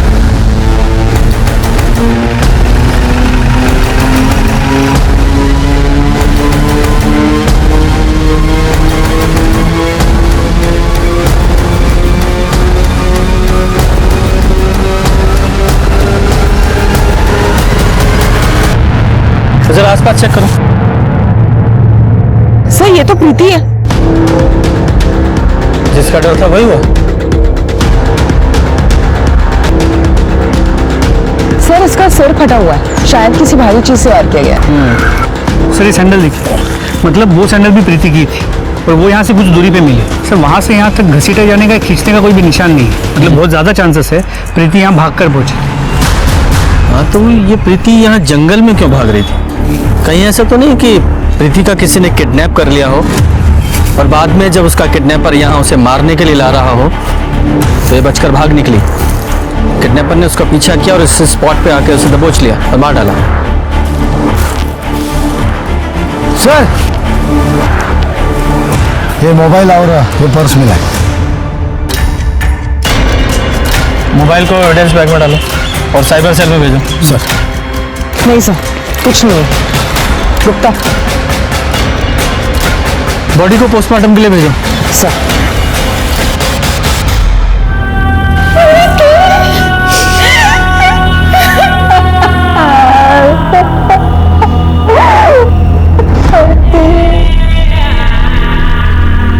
सर प्रीति की पोस्टमार्टम रिपोर्ट के मुताबिक उसकी मौत 22 फरवरी की रात 6 से 9 बजे के बीच हुई है। मौत की वजह सर पे भारी चीज, मतलब हथौड़े जैसी किसी चीज से कई बार वार किया गया है। शर्मा, प्रीति की 22 फरवरी की सारी टावर लोकेशन निकालो और सीसीटीवी फुटेज का क्या हुआ? सर जंगल के आसपास तो कोई सीसीटीवी कैमरा नहीं मिला। प्रीति के घर के आसपास कुछ कैमरास मिले हैं, एक टीम उसकी फुटेजेस को खंगाल रही है। सर हमने प्रीति की ब्यूटी पार्लर क्रॉस चेक किया, लेकिन प्रीति अपने पार्लर से करीब 6 बजे के आसपास निकल गई थी। फिर वो संगठा के जंगल में कैसे पहुंची? शर्मा, उस एरिया के जितने भी हिस्ट्री शीटर हैं सबको उठाओ। प्रीति के भाई ने बताया था प्रीति का किसी के साथ अफेयर था। सर उसने कहा तो था, लेकिन कॉल रिकॉर्ड्स में से कोई बात सामने नहीं है।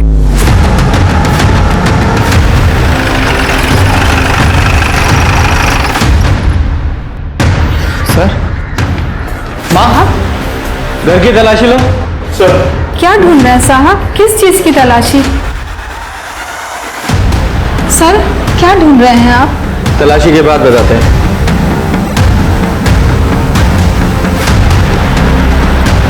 सर ये फोन मिला। ये फोन किसका है? ये तो प्रीति का ही फोन है, पर सर वो इसे इस्तेमाल नहीं करती थी।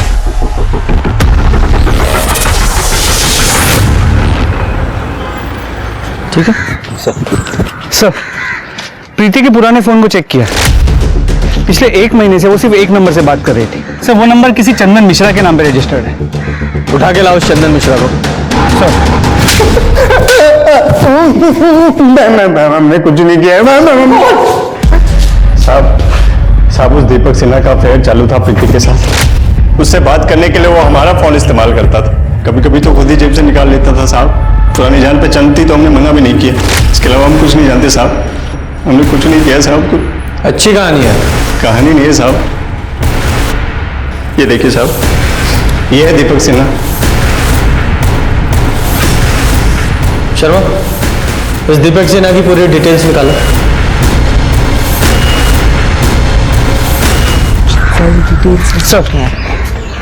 सर दीपक सिन्हा के बारे में कुछ इंपॉर्टेंट बातें पता चली। दीपक सिन्हा की 2 शादियां हुई। उसकी पहली बीवी राधा 8 महीने पहले 14 जून को अचानक से गायब हो। दीपक सिन्हा ने शिवनगर पुलिस स्टेशन में उसकी मिसिंग कंप्लेंट भी दर्ज की। लेकिन सर ताज्जुब की बात यह है कि राधा के गायब होने के 1 महीने के अंदर दीपक ने दूसरी शादी कर ली, मनीषा के साथ। इंटरेस्टिंग। सर अभी दीपक मनीषा और अपनी पहली बीवी से हुई बेटी पिंकी, उनके साथ शिवनगर में ही रहता है। शर्मा, शिवनगर पुलिस स्टेशन में जाके पता करो कि राधा मिसिंग केस का क्या हुआ।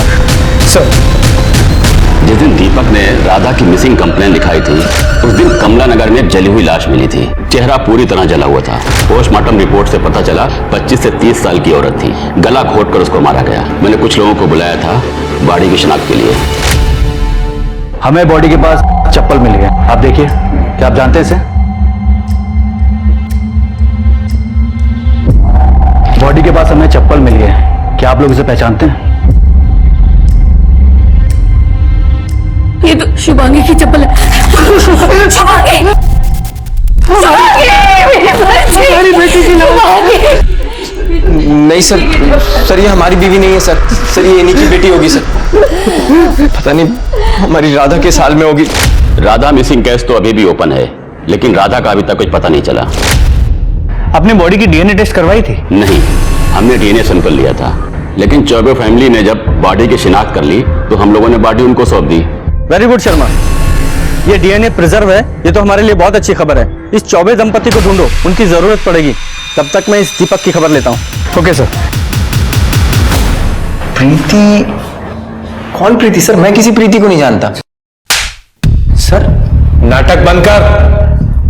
वो चंदन है ना तेरा सिक्योरिटी वाला, सब उगल दिया उसने। तेरा अफेयर था ना प्रीति के साथ। दीपक, ये सब क्या है? इंस्पेक्टर सर क्या बोल रहे हैं? 22 फरवरी की शाम को 6 से 8 बजे के बीच कहाँ था तू? मैं तो ऑफिस में ही था सर। अच्छा, क्या सबूत है? सर सबूत तो हम खुद है सर। हमारा प्रीति के खून से कुछ लेना देना नहीं है सर। मैंने खून कब कहा? मैंने तो ऐसा कोई आरोप नहीं लगाया।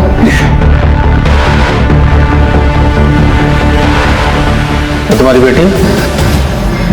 जी सर। जब तक प्रीति के कातिल नहीं पकड़े जाते शहर छोड़ के मत जाना।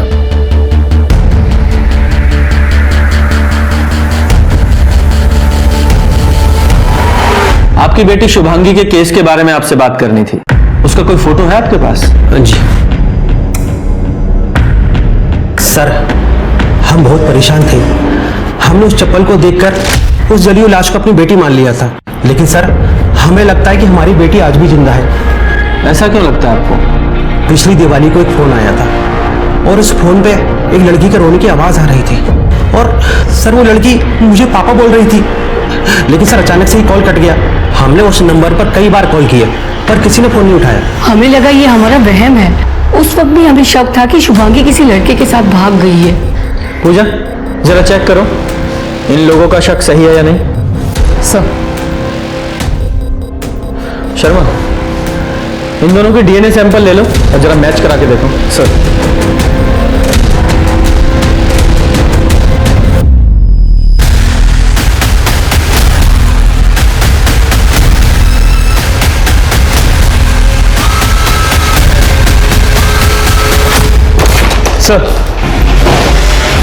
सर मेडिकल रिपोर्ट जली हुई बॉडी शुभांगी चौबे की नहीं है।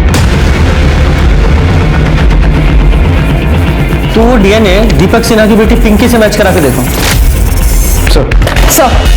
सर दिवाली के दिन चौबे फैमिली को जो कॉल आया था वो नागपुर के रमेश नगर के पीसीओ से किया गया था। इन नागपुर पुलिस को कांटेक्ट करो और देखो ये शुभांगी जिंदा है या नहीं। सर। लीजिए भाभी, खाना खा लीजिए। ऐसे कब तक चलेगा भाभी? ऐसे में आपकी तबीयत और खराब हो जाएगी। खा लीजिए। भगवान की इच्छा के आगे किसका जोर चला है भाभी जी। हम भी तो प्रीति को अपने घर की बहू बनाने का सपना देख रहे थे, सब मिट्टी में मिल गया। जिसने भी ये किया है भगवान माफ नहीं करेगा उसको। जाने वाले के साथ मरा तो नहीं जाता ना। हम है, प्रकाश है, हम सब आपका ख्याल रखेंगे। वैसे प्रकाश है कहाँ? हाँ ठीक है जाओ जरा आसपास चेक करो, बॉडी चेक करो।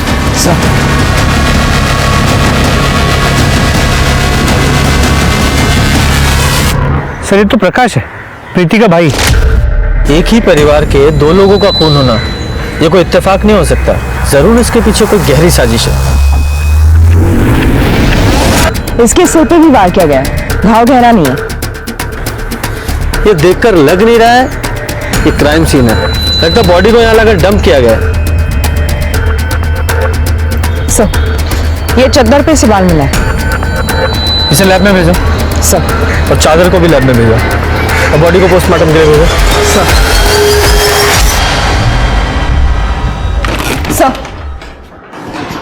सर नागपुर पुलिस ने इंक्वायरी की है, हमारा शक सही निकला। शुभांगी नागपुर में रहती अपने पति के साथ। ये रही उन दोनों की फोटो। सर शुभांगी ने कबूल किया कि उसकी माँ बाप इस शादी के खिलाफ थे, इसलिए वो गोरखपुर से नागपुर भाग गई थी। Good job. इस शुभांगी को गोरखपुर आने के लिए बोलो। सर।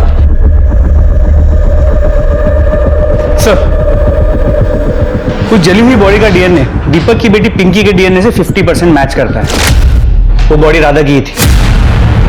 सर एक और सस्पिशियस बात पता चली, दीपक और उसकी दूसरी बीवी मनीषा बहुत पुराने आशिक है और मनीषा का भाई रवि हिस्ट्री शीटर है, मारपीट के केस में अंदर जा चुका है। ये दीपक सिन्हा ने अपनी पत्नी राधा की मिसिंग कंप्लेंट 14 जून 2019 को दर्ज की थी ना? जी सर। ये मनीषा और उसके भाई रवि की 14 जून 2019 की डिटेल्स निकालो। चल बैठिए। मैम आपको कोई गलतफहमी हुई है। मैं प्रेग्नेंट हूँ और इस हालत में मैं किसी का खून कैसे कर सकती हूँ? और वैसे भी उस दिन तो मैं डॉक्टर के पास गई थी। चुप, एकदम चुप रहे। 8 महीने पहले शिवनगर पुलिस को जिस औरत की जली हुई लाश मिली थी वो तेरी बीवी राधा की थी और ये बात साबित हो चुकी है। तू बताएगा या तेरे हलक से निकलवाऊं? साहब हमने नहीं मारा उसको, साहब इसने मारा है उसको। साहब झूठ बोल रही है साहब, मैंने किसी को नहीं मारा साहब। 14 जून जिस दिन राधा का मर्डर हुआ, तेरे मोबाइल के टॉवर की लोकेशन उसी एरिया की थी जहां हमें उस औरत की जली हुई बॉडी मिली थी। पूरी इंफॉर्मेशन है हमारे पास। साहब हमने कहा था ना साहब यही खूनी है साहब। साले कमीने तेरे लिए किया मैंने सब कुछ, ये हमारे लिए किया, अपनी बहन के लिए किया। हमने कहा था राधा को मारने के लिए। मेरी बहन के नाम लगा तू से बीच में अब ये भी बताओ कि प्रीति और प्रकाश को क्यों मारा? साहब हम तो प्रीति से प्यार करते थे, हम क्यों मारेंगे उसको? साहब इसने ही मारा है साहब प्रीति को भी। अच्छा प्यार करता था तू? पहली बीवी को मारकर दूसरी शादी की और दूसरी बीवी के होते हुए तीसरी लड़की के पीछे पड़ा था तू। अगर तू प्रीति की जिंदगी में नहीं आता तो ये उसे नहीं मारता, जिंदा होती वो आज। साहब मैंने सिर्फ राधा को मारा साहब। आपके पति दीपक वर्मा है ना? जी। आपके पति को हार्ट अटैक आया है। उसके अलावा मैंने किसी को नहीं मारा साहब। साहब इसी ने मारा होगा ये। 22 फरवरी की शाम 6 से 9 के बीच कहाँ था तू? साहब मैं तो शादी में गया था साहब। पर तू कहाँ था? हम ऑफिस में थे साहब। शर्मा जरा पता लगाओ कितना सच बोल रहे हैं दोनों। और गुप्ता जरा अच्छे से खातिरदारी करो इनकी। नहीं साहब साहब हमने कुछ नहीं किया साहब। जाना प्रीति से नहीं सर सर शुभांगी को शिवनगर पुलिस स्टेशन में स्टेटमेंट देने के लिए भेजा और ये प्रकाश की पोस्टमार्टम रिपोर्ट। सर रिपोर्ट के हिसाब से उसकी मौत गला दबाने की वजह से हुई थी। सर प्रकाश के चद्दर पर उसके अलावा और किसी के भी हेयर सैंपल्स मिले। सर आनंद नगर में जो सीसीटीवी कैमरास मिले थे उनमें से 2 कैमरा की फुटेज में कुछ ऐसा मिला है जो काफी सस्पिशियस है। दिखाओ सर। ये देखिए प्रीति इस कैमरा के सामने से करीब 6:35 पे गुजर रही है और इस कैमरा के सामने वो करीब 7 बजे पहुंच रही है। मतलब सर उसे 25 मिनट लगे। लेकिन जब हमने इसके पहले के दिनों की फुटेज को कंपेयर किया तो ये डिस्टेंस कवर करने के लिए वो सिर्फ 10 मिनट ले रही थी। मतलब 15 मिनट के लिए ये प्रीति कहीं रुकी थी। लेकिन सर उस रास्ते पे सिर्फ एक बंद घर है, वहां क्या करने गई? अब ये तो पता लगाना पड़ेगा।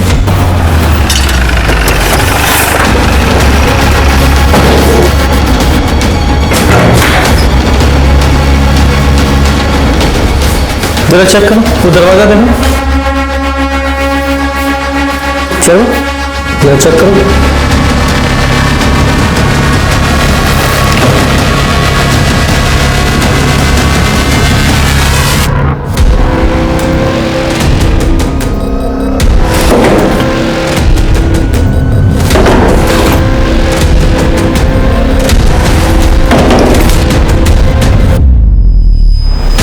Raju Singh 6th division room number 105 Shankar road Anand नगर।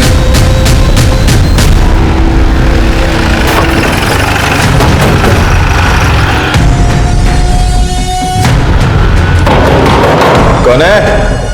बोलो। मैं दरवाजा तोड़ दोगी। तलाशी लो जरा। सर हुआ क्या सर? ये क्या हो रहा है सर? ये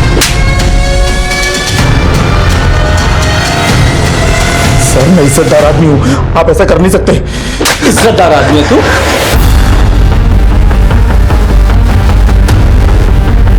बेटा ये बैग तुम्हारा है ना? खोलो इसे।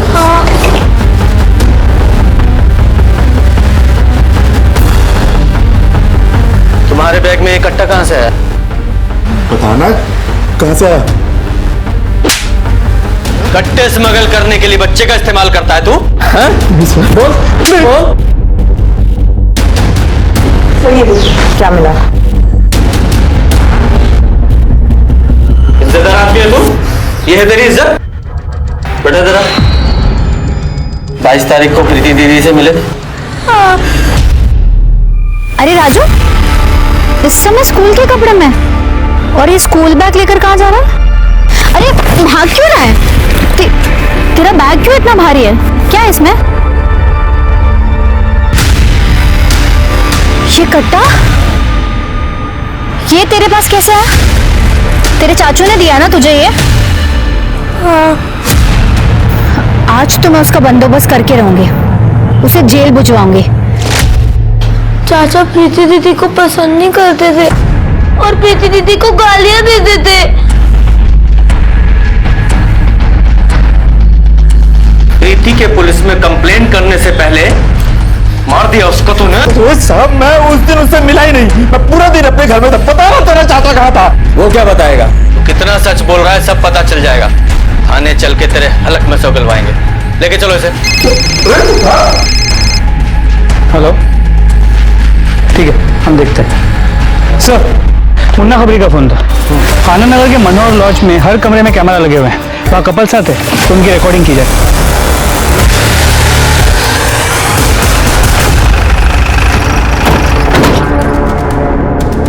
शर्मा मैनेजर को लेके आओ। पूजा हर एक रूम में बताओ कि हिडन कैमरे लगे हुए हैं, कोई पैनिक नहीं चाहिए। आप लोग जाओ तलाशी लो। अरे साहब हमने क्या किया बता दो साहब।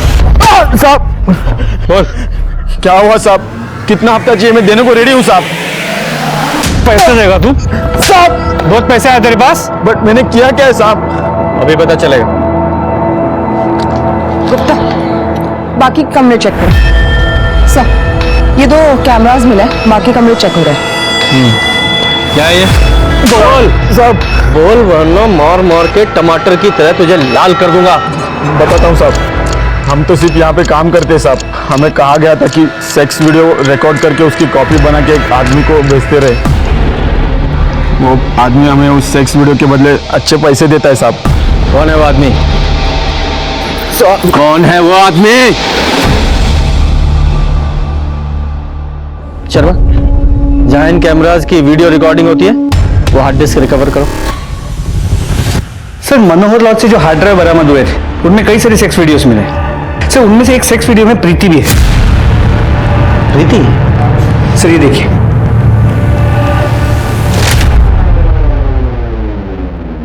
कोई नहीं है, सिर्फ मैं हूं तुम्हारा आशिक। प्लीज दीपक, ये सब मत करो। अरे प्रीति, प्यार करते हैं हम तुमसे, और कुछ नहीं होगा। दीपक प्लीज दूर जाओ। कुछ नहीं होगा प्रीति, मैं बोल रहा हूँ। दीपक मुझे छोड़ो। देखो, शादी के बाद ये सब ठीक है, लेकिन उसके पहले कुछ भी नहीं। मुझे घर जाना है। प्रीति हमारी बात सुनो। सॉरी, अब गलती हो गई हमसे।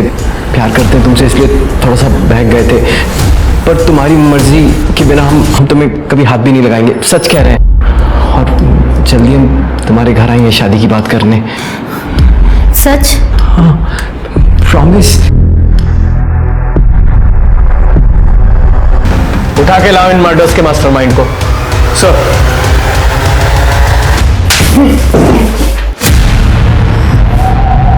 सीधे सीधे सच्चाई बताओगे या और मार खाओगे? बता रहे हैं। उस लॉज से हमने जब नए वीडियो का स्टॉक मंगाया तो उसमें हमको प्रीति भी दिखी। हमारा माथा घूम गया, इसलिए घर जाते हुए प्रीति को हमने बात करने के बहाने गाड़ी में बैठाया और जंगल के पास लेकर गए। ये सब काम करती हो तुम?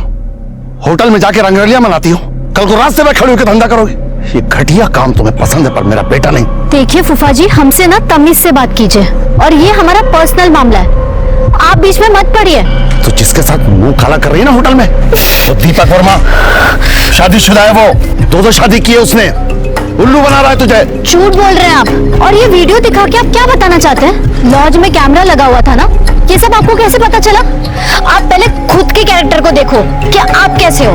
फूफा जी, आपकी जो ये असलियत है ना, मैं सबको बताऊंगी। देखना, मैं सबको बताऊंगी।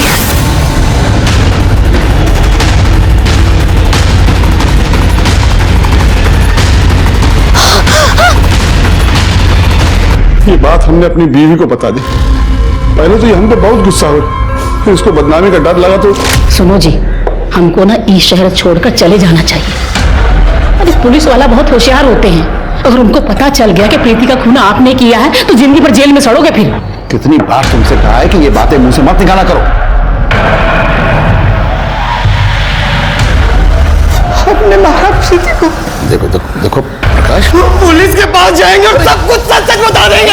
हमारी बात सुनो प्रकाश, हम बात समझा रहे ना तुमको, क्या हुआ था? अब वही चादर तुम्हें फांसी के फंदे तक पहुंचाएगी। उस चादर पे तुम्हारे बाल मिले हमें। इन दोनों के खिलाफ दोनों मर्डर की चार्जशीट बनाओ।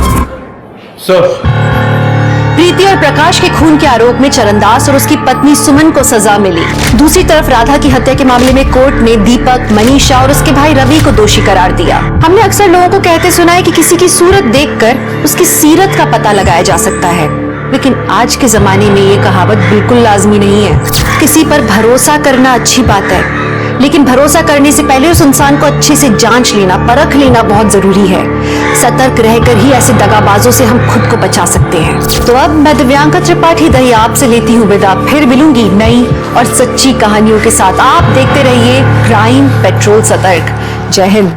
इस तरह के और भी एपिसोड देखने के लिए हमारे चैनल को सब्सक्राइब करें और बेल आइकन दबाना ना भूलें।